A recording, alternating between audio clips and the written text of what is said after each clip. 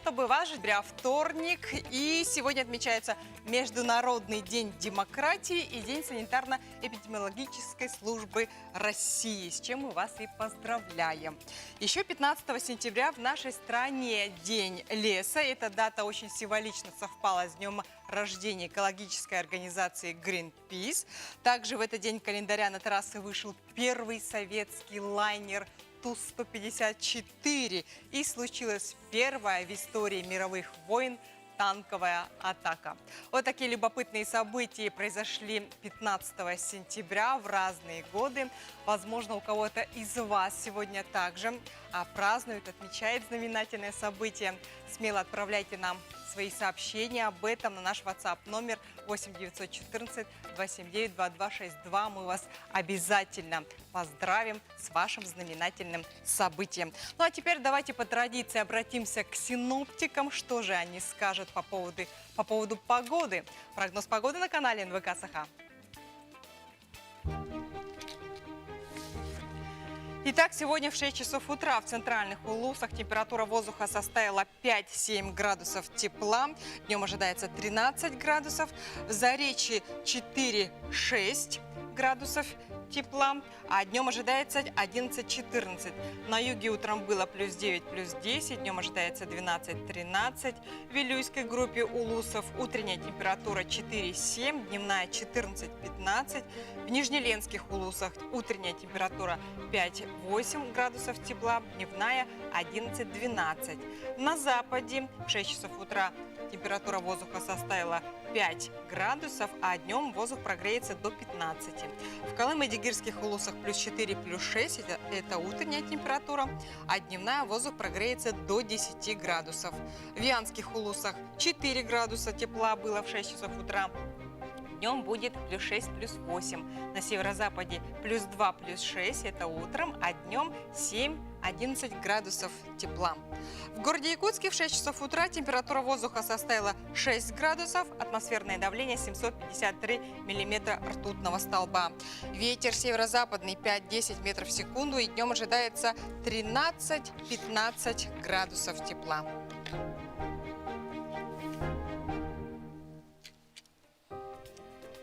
Друзья, вы наверняка знаете и помните, что сегодня, 15 сентября, состоится виртуальная презентация iPhone 12. И она состоится в 10 часов по московскому времени, то есть по нашему в 16 часов.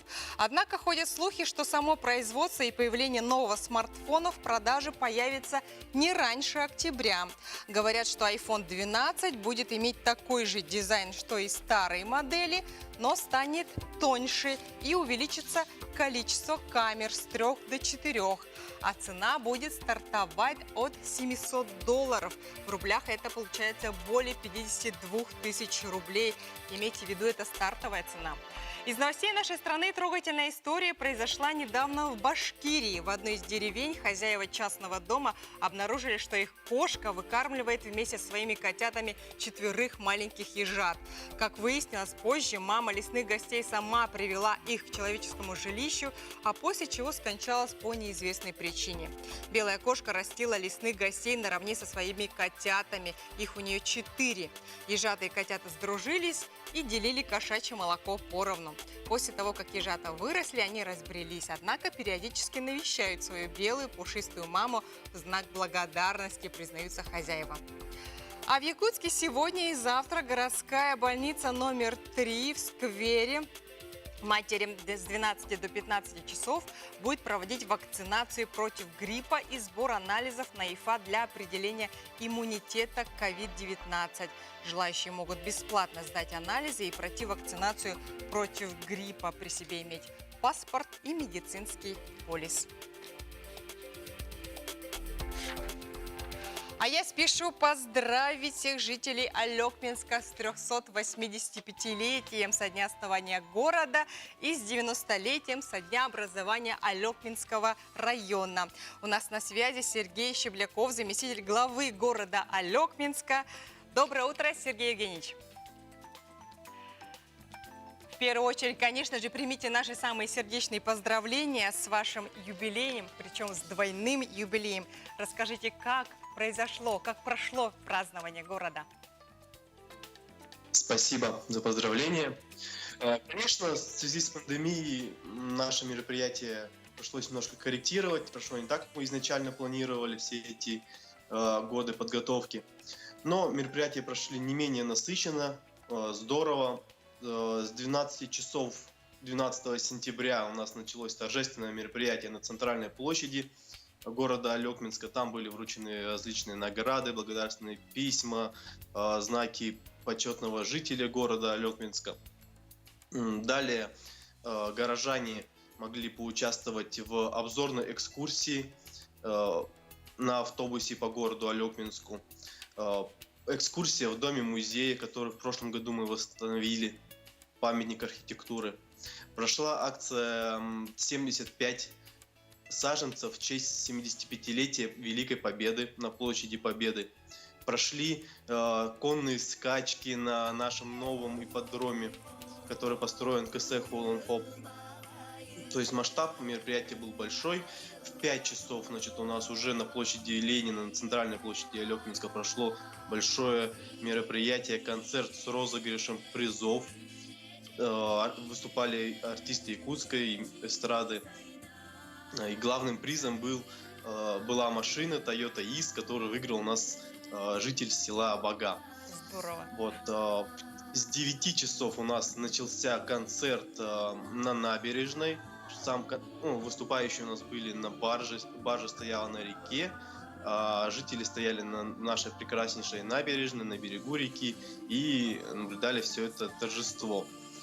То есть тоже такая новинка для Алекминска, не только для Алекминска. Ну и завершилось все у нас потрясающим салютом. Салют был у нас с реки Лена, с баржи. И второй салют у нас был с главной сопки города Алекминска. Я люблю Алекминск. Салют всем понравился. Здесь, наверное, хочу отметить хорошую слаженную работу нашего культурного центра, который очень в короткие сжатые сроки и ввиду всей этой пандемии сделали прекрасное мероприятие, которое понравилось всем горожанам. Наверняка многие горожане, жители района Алекминского соскучились по праздникам. Скажите, вот я еще слышала, что в рамках юбилейных мероприятий вы подготовили проект «День улицы моей». Вот что за проект такой? Расскажите об этом. Да, потрясающий проект. С этого года глава нашего города Альбина Михайловна Масина внесла такую традицию, что каждый год в День города будут проводиться дни улиц. В этом году у нас проводились по 5 улицам, то есть устанавливаются информационные таблички, проводится концерт-митинг, где жителям рассказывается, в честь кого названа улица, проводится такое небольшие выступления. У нас все эти мероприятия прошли очень насыщенно, ярко, красиво. Думаю, это очень хорошая традиция, которую заложила наша глава. Да, и люди таким образом узнают об истории своего города. Замечательный проект, замечательная идея. А я еще знаю, что в этом году свой юбилей отмечает и ваш знаменитый Алекминский Спасский собор. Сколько лет он празднует? Расскажите. Совершенно верно. У нас нашему памятнику, нашему Спасскому собору в этом году исполнилось 150 лет. Это, наверное, самый прекрасно сохранившийся памятник истории и культуры республиканского масштаба, поэтому всем рекомендую его посетить. Ну, Сергей Евгеньевич, скажите все-таки, да, вот празднования, красочные празднования, они совпали вот с пандемией. Вот что вы сделали, чтобы обеспечить безопасность горожан и жителей района? Да, как я говорил, пандемия внесла свои коррективы. Нам пришлось все мероприятия полностью проводить на открытом воздухе, с соблюдением необходимых дистанций. Конечно, мы призывали жителей, горожан, гостей, чтобы они посещали мероприятия в режиме онлайн. Конечно, горожане соскучились по массовым мероприятиям и шли на, скажем так, режим офлайн. На мероприятиях были сотрудники полиции, которые там не допускали сильно больших скоплений, то есть соблюдалась дистанция. Ну, вот, центральная площадь у нас большая, поэтому места хватило всем, а набережная еще больше, поэтому, в принципе, никаких таких казусов не случилось. Что ж, огромное спасибо, Сергей Евгеньевич, за участие в нашей утренней программе. Мы вас еще раз поздравляем с вашей знаменательной датой, даже с двумя знаменательными датами, с двумя юбилеями. Я напоминаю нашим телезрителям, что только что у нас на связи был заместитель главы города Алекминска Сергей Щебляков. Ну а сейчас я предлагаю вам немножко отвлечься и послушать музыку. Наша съемочная группа недавно побывала в гостях у музыканта, которая первая открыла широкой публике Якутии волшебные звуки флейты. Девочка Лида из сельской глубинки когда-то вытянула счастливый билет и полетела в Ленинград учиться музыке. На скрипочку мне пальцы оказались маленькие. А отправить, ну что, ни денег, ничего. И показали мне вдруг арфу. Будешь учиться? Я говорю, ой, конечно. Ага. А сколько лет было? Ну, уже 8-9 лет, конечно. И в музыкальной школе при консерватории Римского-Корсакова, переулок Матвеева, рядом с Мариинским театром. И вот мы там жили в интернате и учились. И я начала заниматься на арфе.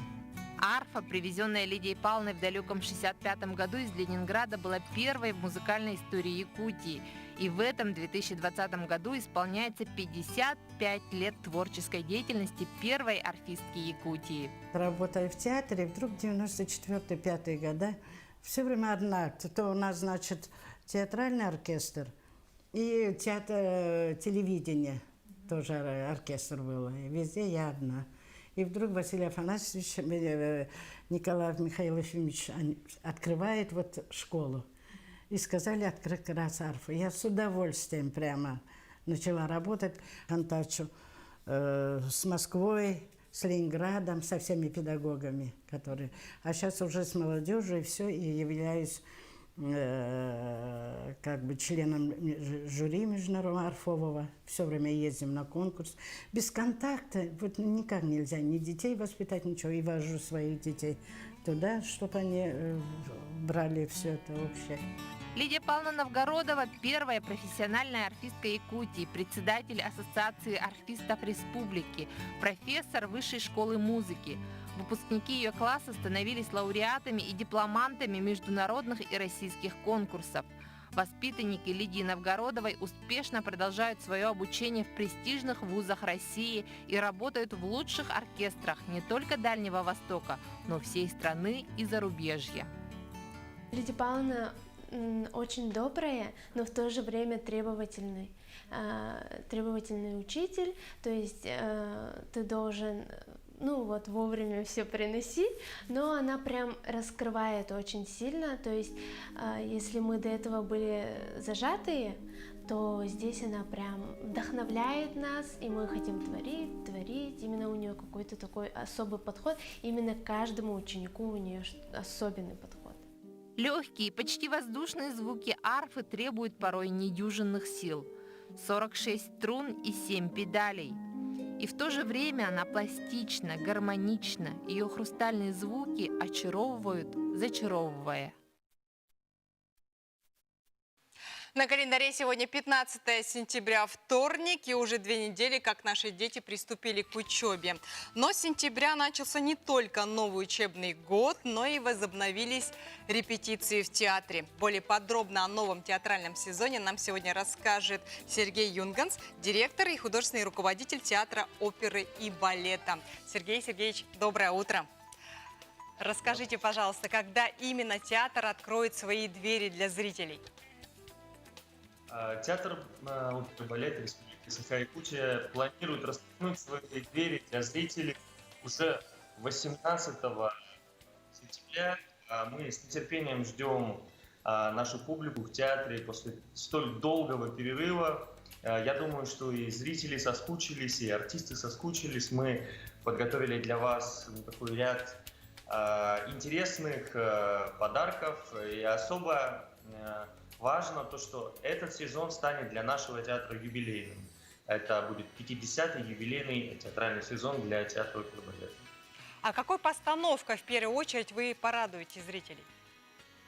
Мы хотели порадовать наших зрителей постановкой эксцентрического балета «12 стульев» еще в марте прошлого года, но наши планы несколько изменила пандемия коронавируса, и мы надеемся, что премьерой нового театрального сезона, яркой премьерой нового театрального сезона станут «12 стульев». Мы наметили этот спектакль на середину октября 2020 года. Хотел бы, кроме того, отметить, что специально для того, чтобы дирижировать спектаклем, приедет Николай Макаревич, это дирижер Белорусского музыкального театра из города Минск. Вот вы сказали, что нынче у вас юбилейный театральный сезон. Какие планы в связи с этим? Может быть, ожидаемые постановки, вы планируете гастроли?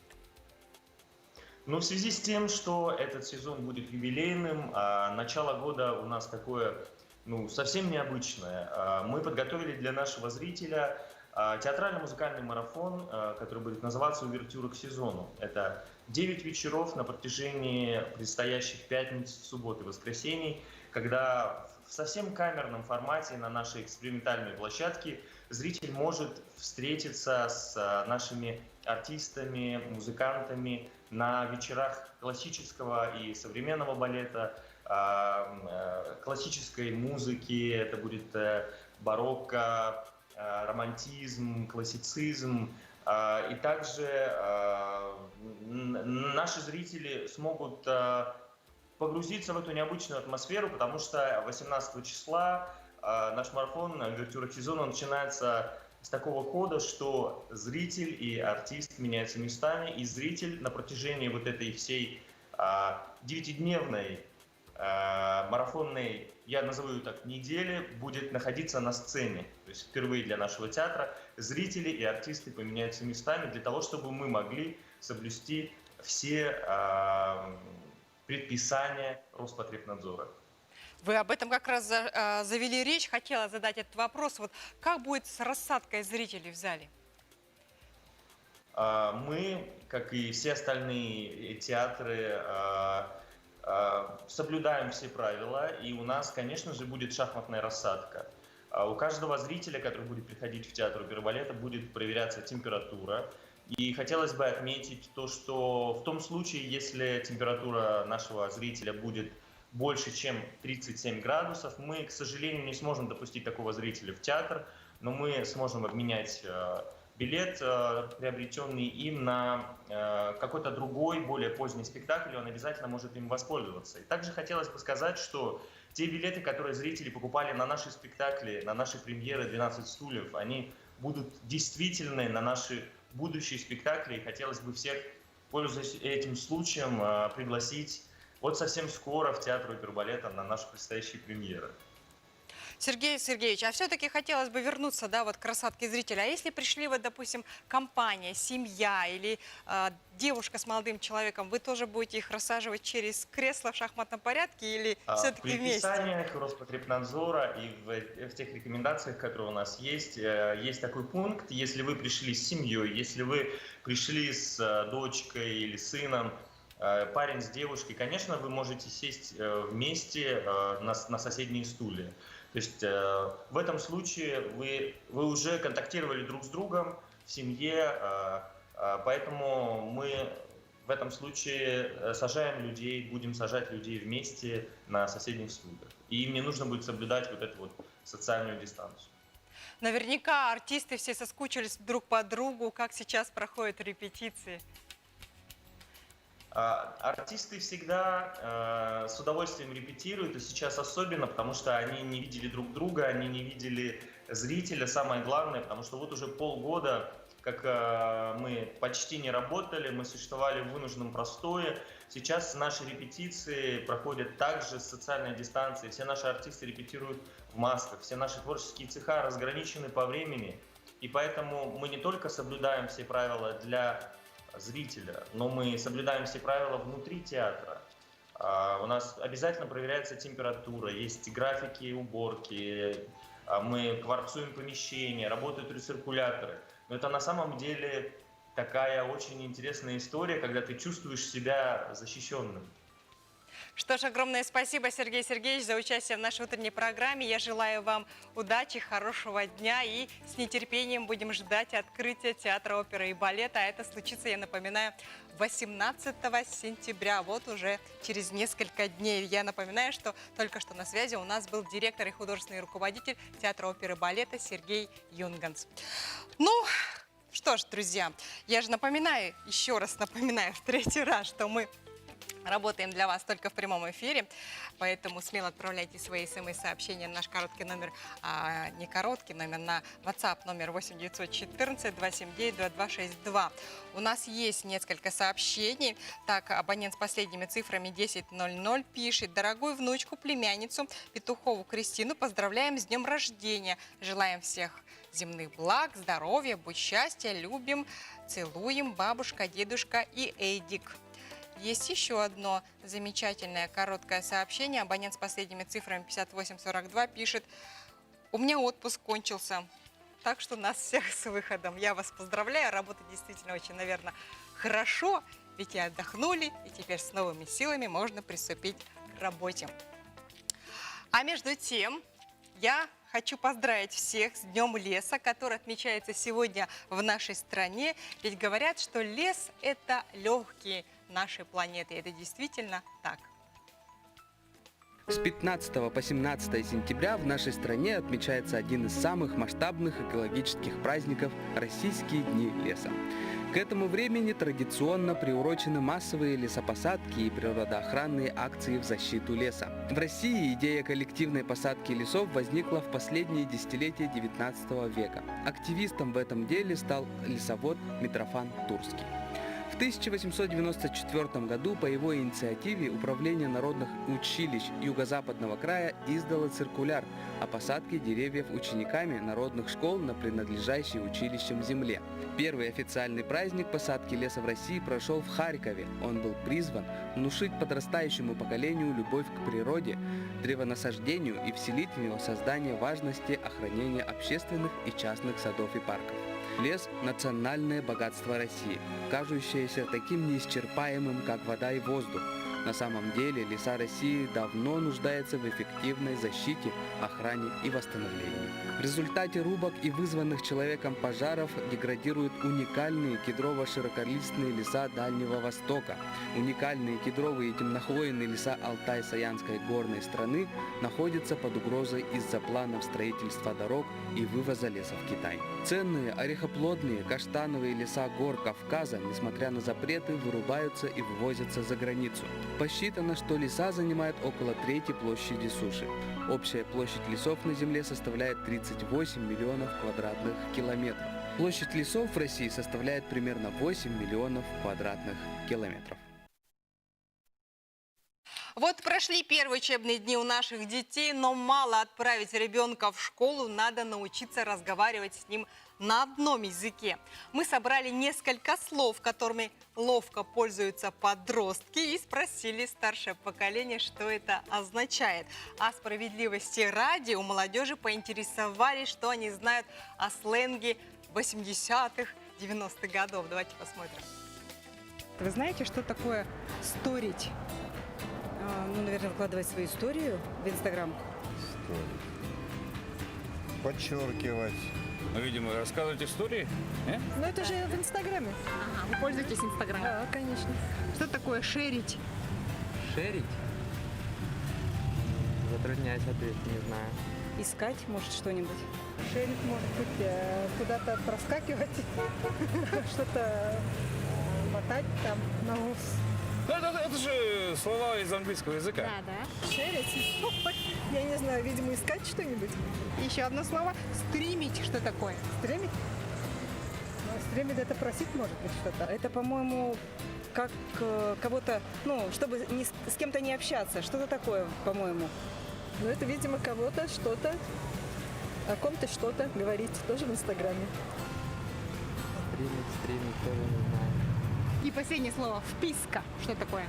Ну, прописка как бы. Может быть, подписка? Ничего на ум не приходит? Ну, это какую-то компанию вроде принимает, да? Кто такой или что такое Мурзилка? Журнал. Ну и там герой такой в беретке желтой. Все верно. Откуда вы знаете? Ну, я читала этот журнал. Мурзилка, ну, да, это вроде как какие-то, как газета для школьников, что ли, раньше была, нет? Хорошее такое выражение. Шнурки в стакане.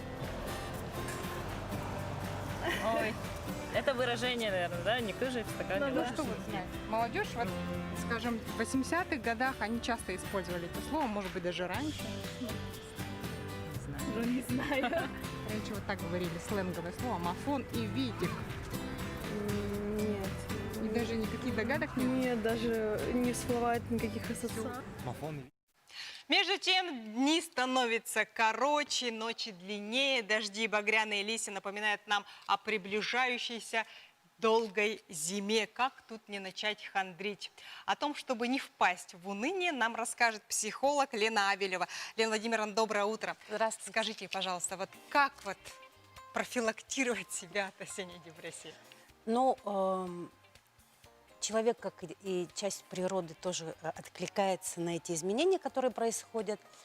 И единственное, я могу сказать, что нужно принять это. Мы ведь не можем изменить, да, не зря ведь есть даже слова песни, у природы нет плохой погоды, да, каждая погода благодать. Ну, во-первых, это принятие. Если мы не можем это изменить, то мы должны как-то к этому, наверное, подстроиться, что-то сделать так, чтобы не так было плохо, так скажем. А вот как да? принять? Может быть, есть какие-то упражнения или продукты, антидепрессанты?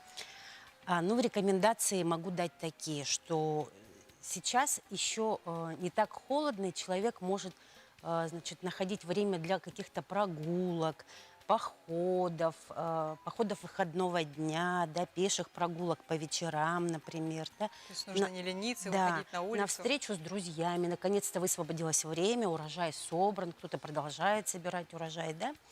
Кто-то может вернуться к тому, что давно хотел сделать, но на это не было времени. Например, пойти в какую-то гончарную мастерскую, сделать какую-то посуду для себя прекрасную, да, какой-то сосуд. В общем, на самом-то деле человек может Найти время для найти себя. время для себя и почаще задавать себе вопрос, чего я хочу, как я себя чувствую, чего я хочу. То есть быть в контакте с самим собой, это независимо от времени года, надо всегда быть в контакте. И тогда ты в согласии с самим собой, ты понимаешь себя, ты хорошо себя чувствуешь. Ну, собственно, так. Что ж, огромное спасибо, Лена Владимировна. Я с вами прощаюсь с вами, дорогие друзья. Сейчас реклама.